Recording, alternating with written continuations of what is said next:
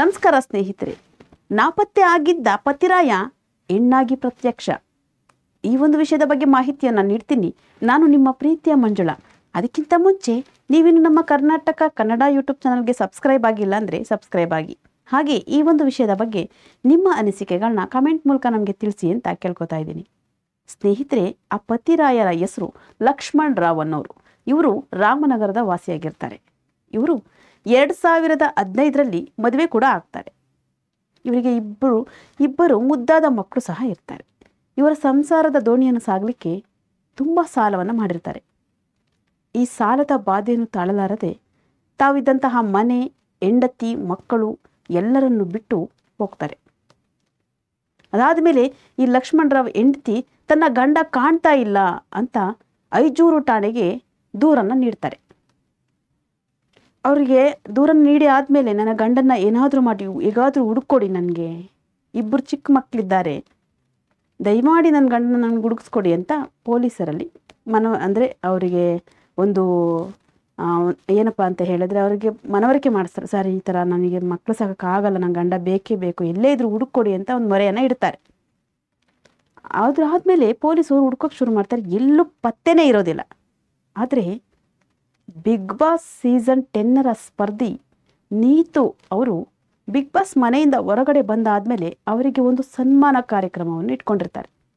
ಅದೇ ಸನ್ಮಾನ ಕಾರ್ಯಕ್ರಮದಲ್ಲಿ ಈ ವಿಜಯಲಕ್ಷ್ಮಿಯನ್ನು ಈ ಒಂದು ಲಕ್ಷ್ಮಣರಾವ್ ಹೆಂಡತಿ ನೋಡ್ತಾರೆ, ಅಂದರೆ ಅಬ್ಸರ್ವ್ ಮಾಡ್ತಾರೆ.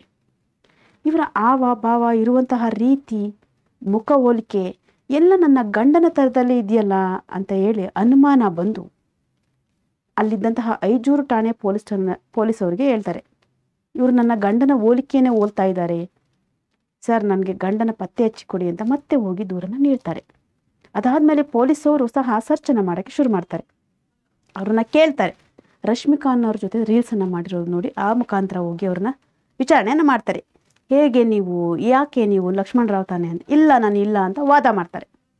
ಅದಾದಮೇಲೆ ಪೊಲೀಸವ್ರಿಗೆ ಸ್ವಲ್ಪ ಗಾಬರಿ ಶುರುವಾಗುತ್ತೆ. ಯಾರು, ಏನು, ಅದು ಗಂಡ ಕಾಣೆಯಾಗಿದ್ದಾರೆ ಅಂತ ಹೇಳಿದ್ದಾರೆ, ಇಲ್ಲಿ ನೋಡಿದ್ರೆ ಹುಡುಗಿ ರೂಪದಲ್ಲಿ ಗಂಡ ಬದಲಾಗಿದ್ದಾನೆ ಅಂತ ಹೇಳ್ತಾ ಇದ್ದಾರಲ್ಲ ಅಂತ ಒಂದು ಕಡೆ ಅನುಮಾನ ಇರುತ್ತೆ. ಆ ಅನುಮಾನನ ನಿಜಾನ ಸುಳ್ಳು ಅಂತ ತಿಳ್ಕೊಳ್ಳೋದಕ್ಕೋಸ್ಕರ ಪೊಲೀಸರು ವಿಜಯಲಕ್ಷ್ಮಿಯ ಹಿಂದೆ ಬೀಳ್ತಾರೆ.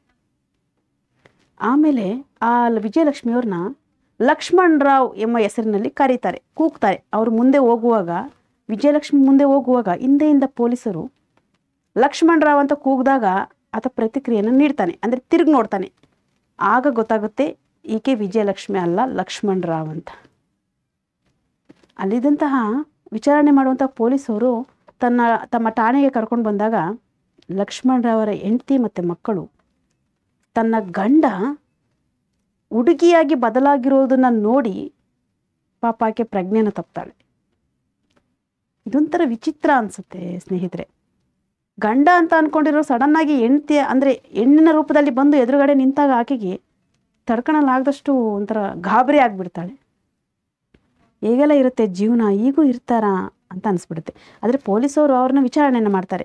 ನೀವಾಗೇ ಈ ಥರ ನಾನು ಬದಲಾಗಬೇಕು ಅಂತ ಅನ್ನಿಸ್ತಾ, ಅಥವಾ ಯಾವ್ದಾದ್ರು ನಿಮ್ಮನ್ನು ಮನವರಿಕೆ ಮಾಡಿದ್ರೆ, ಯಾರು ನೀವು ಬದಲಾಗಿ ಈ ಥರ ಅಂತ ಏನಾದ್ರು ಹೇಳಿದ್ರ, ಏನು ಕತೆ ಹೇಳಿ ಅಂತ ಅವ್ರನ್ನ ಕೇಳ್ತಾ ಇದ್ದಾರೆ, ಅಂದರೆ ವಿಚಾರಣೆ ಮಾಡ್ತಾ ಇದ್ದಾರೆ.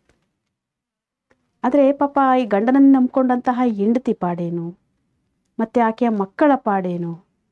ಸ್ನೇಹಿತರೆ, ಈ ಒಂದು ವಿಷಯದ ಬಗ್ಗೆ ನಿಮ್ಮ ಅನಿಸಿಕೆಗಳನ್ನ ಕಮೆಂಟ್ ಮೂಲಕ ನಮಗೆ ತಿಳಿಸಿ ಅಂತ ಕೇಳ್ಕೊತಾ ಇದ್ದೀನಿ. ಮತ್ತಷ್ಟು ವಿಡಿಯೋಗಳನ್ನ ನಿಮ್ಮ ಕಣ್ಮುಂದೆ ತರ್ತೀನಿ. ನಾನು ನಿಮ್ಮ ಪ್ರೀತಿಯ ಮಂಜುಳಾ. ಅದಕ್ಕಿಂತ ಮುಂಚೆ ನೀವಿನ್ನೂ ನಮ್ಮ ಕರ್ನಾಟಕ ಕನ್ನಡ ಯೂಟ್ಯೂಬ್ ಚಾನಲ್ಗೆ ಸಬ್ಸ್ಕ್ರೈಬ್ ಆಗಿಲ್ಲ ಅಂದರೆ ಸಬ್ಸ್ಕ್ರೈಬ್ ಆಗಿ. ನಾನಿನ್ನ ಬರ್ತೀನಿ. ಬಾಯ್ ಬಾಯ್.